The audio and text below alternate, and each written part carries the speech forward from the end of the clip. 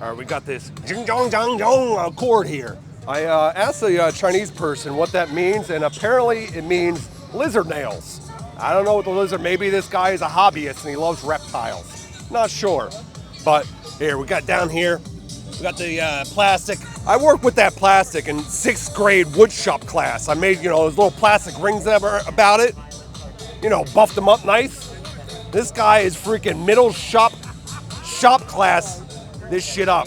And then we come up here, we got this half carbon joint. Look, dude ran out of money, couldn't buy the full carbon piece, only half of the carbon. So he had to steal some chicken wire from his mother's garden. From what I hear, she's still pissed about it. And I don't blame her.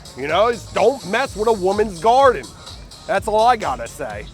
And we got this nice Home Depot. Look, we even got this refrigerator ice maker line going here.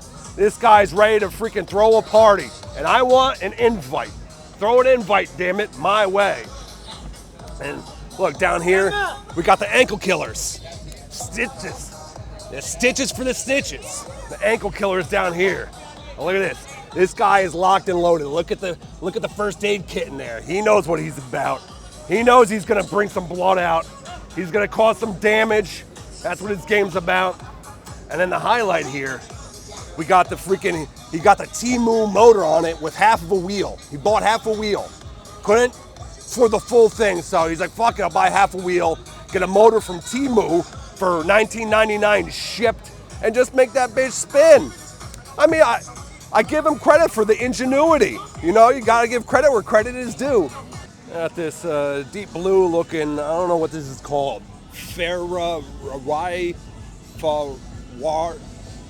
rare? I don't know. It is. I guess it's rare. I haven't seen many of these before, so fair rare aisle. I don't know, but it has a few. I'm guessing distasteful mods. I'm thinking some of this stuff isn't stock. Like for instance, this guy got a used CNC machine here, and decided his first test run he's going to make some wheels for the car. That is pretty ballsy though to not be a CNC expert, get the machine, and then make some wheels for your car and take it down the road. It's not safe for the rest of us though, so. I don't think he should have done that. He's gonna harm somebody possibly. I don't know if that was a smart move, but here we are. This is where we're at. And we got these cheap carbon mirrors. Sorry, something's in my eye. Dirt, this is dirt. Dirt's in my eye. It's infecting me already. And then dude, somebody busted his side window. Probably some road rage incidents. I don't condone it, nor do I endorse road rage, but things do happen in life, and he had some road rage incident. Somebody busted out his window. He couldn't afford the glass, so he just did this like fake, cheap U.S. flag, crappy eBay carbon crap there to fill in the void, so that way he wouldn't lose his hat as he's driving down the road. Which, who wants to lose their shit when they're driving down the road?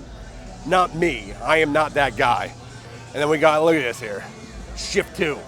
I hope you do shift it to. I hope you don't ride around everywhere in first gear. That's not good for the transmission. It's not good for the engine. And it's just not fun. And what's the point of having a cool looking car, semi-cool looking, it looked cooler probably before he got his hands on it, let's be honest. But what's the point of having a car if you can't shift out of second? I mean, into second out of first. Just my 2 cents. We got this incredible Hulk green Toyota-roo here, slammed to the yellow pavement, the pavement princess as they call them, as the kids call them nowadays.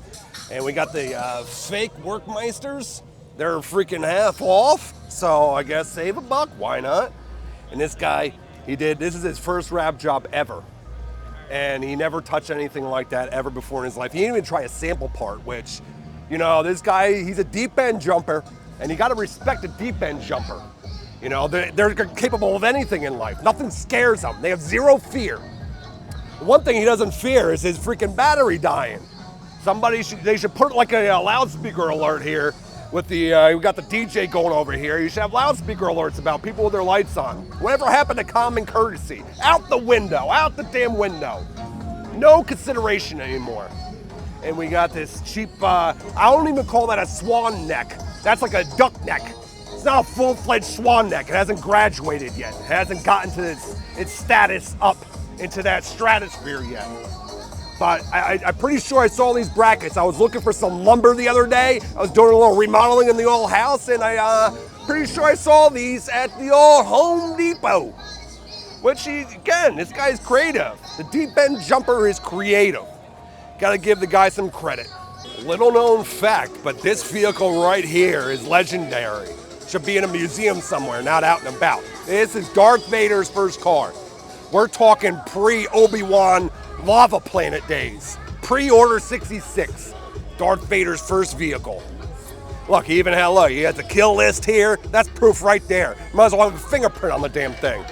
But he had to give it up, had to sell the old whip once he lost his hands and arms. DMV would not let him get handicap plates, would not allow him to keep this vehicle on the road. He couldn't re-register it, so he's like, might as well sell it and, you know, buy some death rays or some shit. The Empire needs some new gear.